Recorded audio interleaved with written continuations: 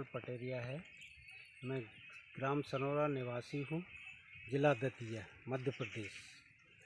और एक मैं अपने आप इस एरिया में एक जैविक किसान के नाम से जाना जाता हूँ। जैविक का मेरे यहाँ क्या है, सारी फसलें मतलब जैविक से ही की जाती है। जैसे गेहूँ हुआ, चना हुआ, मसूर हुआ, सरसों हुआ, सब्जी हुई, ये सारी की सारी जैविक अपशिष्ट जितनी हुई थी। अब जैविक अपशिष्ट बोलते किसे हैं आप ये कहो तो जैविक अपशिष्ट क्या होता है, एक तो फसल अपशिष्ट होता है, दूसरा पेड़ पौधों से गिरने वाली फूल और पत्ती होती है, दूसरे घर में उपयोग आने वाली सब्जियां होती हैं। इनका जो भी अपशिष्ट बनता है उसको मैं 24 से 48 घंटे अलग अलग बर्तनों में सड़ाता हूँ, और सड़ाने के बाद उनका पूरा अपने खेतों में खाद के रूप में इस्तेमाल करते हूँ। तो इसे दोनों रूप में इस्तेमाल करता हूँ मैं। जो अपना गोबर गैस का जो गड्ढा है, इसमें से स्लरी निकलती है, उस स्लरी में तो मैं अपने केंचुए पालता हूँ, तो केंचुए का खाद हो गया। तो केंचुए मेरे पास पर्याप्त तो बृहद मात्रा में है, और केंचुए भी 2-3 तरह के मेरे पास है, जो किसान के लिए सीमा से परे लाभदायक होते हैं। ये अपने खेत की मिट्टी के लिए एकदम सॉफ्ट और मुलायम बनाती है,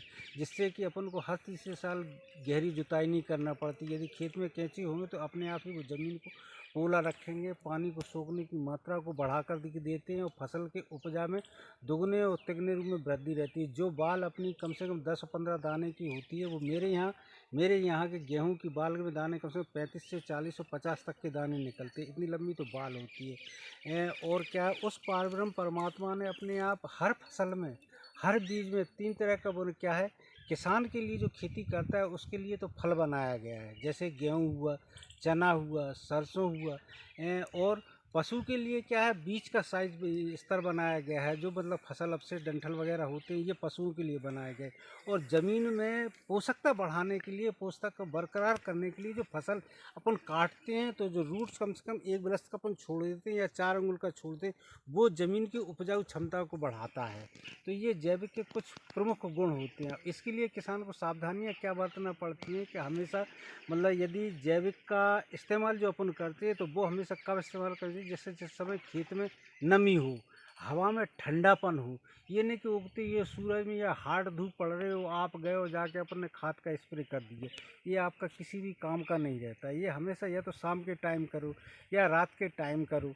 और इसका ये कि यदि आपने कम मात्रा में दिया है तो भी आपको लाभ मिलेगा, एवं ज़्यादा मात्रा में दिया है तो भी आपको लाभ मिलेगा। लेकिन इसमें केवल एक सावधानी आपको बरतना पड़ती है। वो सावधानी क्या है, जैसे अपन ने घर पे उपयोग होने वाला पशु के जैसे छाछ से मट्ठा अपन बनाते, तो मट्ठे का अपन डायरेक्ट इस्तेमाल नहीं करेंगे।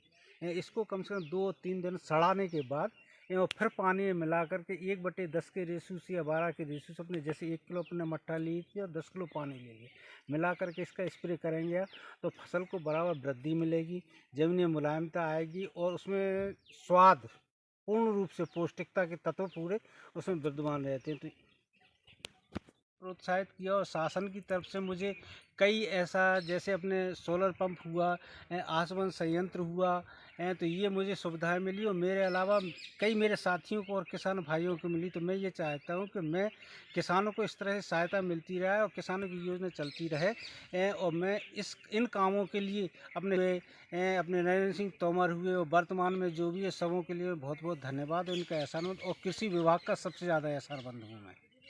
मात्रा में हो जाएंगे, तो कुछ पूछो मत ही आप।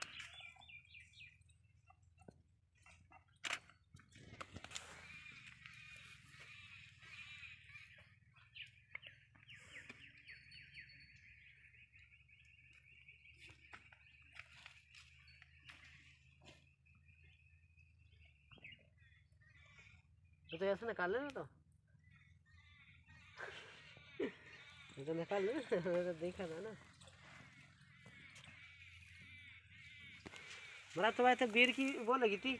हाँ बेरी बेटा, कहाँ है? उसमें शिवम हूँ वहाँ से। ठीक है।